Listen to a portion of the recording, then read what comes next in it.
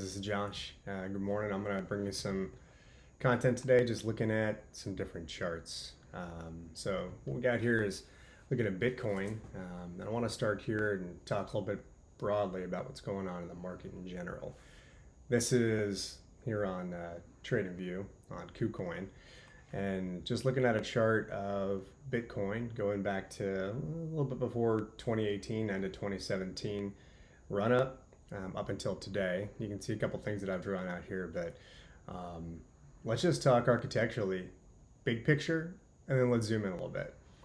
So if you're not familiar with Fibonacci bands, and you're looking at some of these colors that are on the screen here, that's essentially what we're looking at is at the low end here. This is our baseline Fibonacci band, and as we go up and up and up and up, these are likely points of either resistance or support, things that you want to break through, stay above, kind of like different little channels that you're looking at, right? In layman's terms. But we're not going to focus too much on that today. Just kind of want to talk about market, what's happening out there, and also kind of where we've come from, because I think it'll give us a sense of where we're going to. So if you look at this run up here, this was the peak back at end of 2017.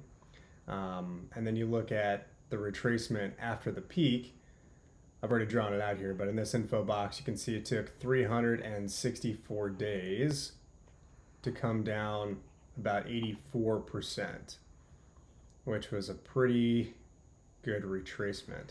I don't know that we'll see an 84% retracement from where we're at, or where we were peak-wise here at the end of 2021, but let's just take a look at kind of how long these things have taken and what kind of retracements we've seen. After that, we went back up to the next peak, and we went up over 300%, and that was 189 days.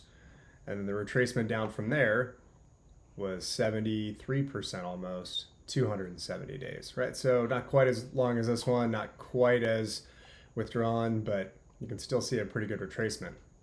Now, this next one's interesting. So from the low we had here in March 2020, we've gone up over 1,700%, which is just wild. That's been a really, really good run. So it's interesting, you hear, people talking about, Bitcoin 100,000 and all that stuff, and we'll get there for sure. But we already had a pretty phenomenal run before needing a little bit of a breather. So this one I've drawn out. This is not our actual retracement level right now. We've come down about 50% or so from where we were.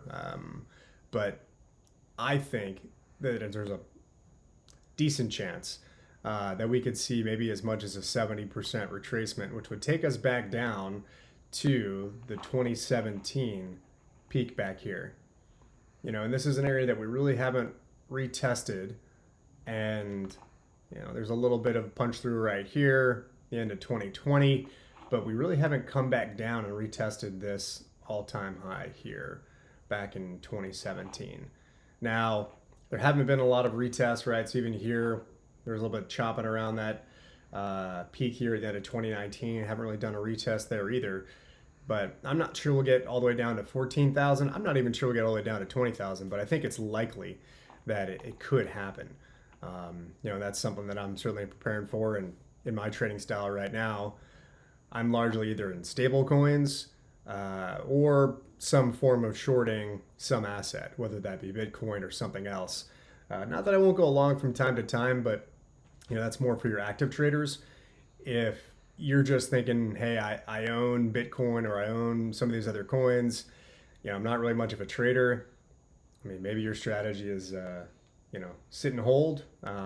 Maybe you've already gotten out into stables. If you did do that or some portion, then maybe you start dollar cost averaging back in, right? Put a little bit, because, hey, I mean, these are just looking at potentialities. Anything is possible, but I think we continue to retrace down a little bit further from here. I've written some, pieces on macroeconomically why that might happen. So I suggest you go back and maybe take a look at that. Complacency killed the cat, talks a little bit more about it. Surfing the Ether is another piece that I put out that will show you a little bit into the macroeconomic side, and I'm sure I'll probably write another one here the next week or two as things continue to change and the Federal Reserve gets closer and closer to their probable rate hike in March. So let's zoom in a little bit and I'll show you guys here. So this is a channel that I've drawn out, and oh, before I get there, I guess, my pathway here does lead us down to, 20,000, but bouncing back up off of that over the next couple of months here. My thesis is that the Fed is going to try and rate hike. The market's not going to like it. And then they're going to do an about face. They've done this multiple times since 2008. And like I said, maybe I'll get into that in another article describing how they've continued to fail to hike rates for a variety of reasons, and why it's just not going to work.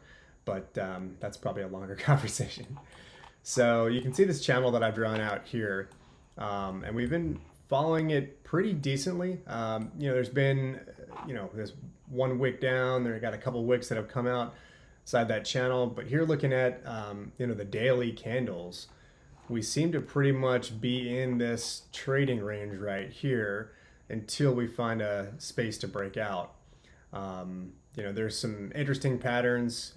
This one in particular, at first I thought it might have been a little bit of like a bullish consolidation. So typically what you want to see here would be declining volume, which is what we have. So the volume has been steadily declining on the dailies. But you really want to see, instead of an upward sloping pattern, after you've got a wick down, you really want to see a little bit of either sideways chop or coming down a little bit, and that would be more of your bullish consolidation.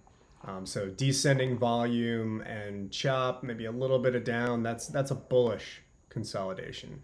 When you see descending volume and you see this little bit of a stair step, that tells me that it's more likely that, just like we see here, this nice fat red candle, that we see this uptick, and then when volume does pick back up, it's going to be volume like this with some red candles bringing us back down. So we'll probably punch back down to these levels. I'm thinking 33,000 is quite possible. We've already had this 1 wick down here tell us that there's a likely area where we might come down to, which would be in that $33,000 level.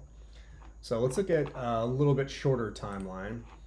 If we go to the hourly, and I'll usually bounce around, depending on what I'm trying to do from a trading perspective, but you can see, again, give you a little bit of a different view of what that wick down looked like and kind of what this channel is looking like right here. So if we continue to follow this pattern, and let's see how many days we're out here. So this will put us here at Feb 3. We're coming out maybe another week or so. So in this next week here is likely to see this trend come back down this way. So, 33,000, will that be today on February the 3rd, or will it be on February the 7th or the 10th? Hard to say, but again, what I'm planning for right now, and the eventualities, is this moving down a little bit lower from here, retracing back to it. So anyhow, just want to give you guys a little quick sense of where Bitcoin might be headed. Hopefully that's helpful for you. Stay tuned to some other articles there from the Metaverse Illuminated, whether you're following me on Substack or on Rockfin. Appreciate it, and have a good day, guys.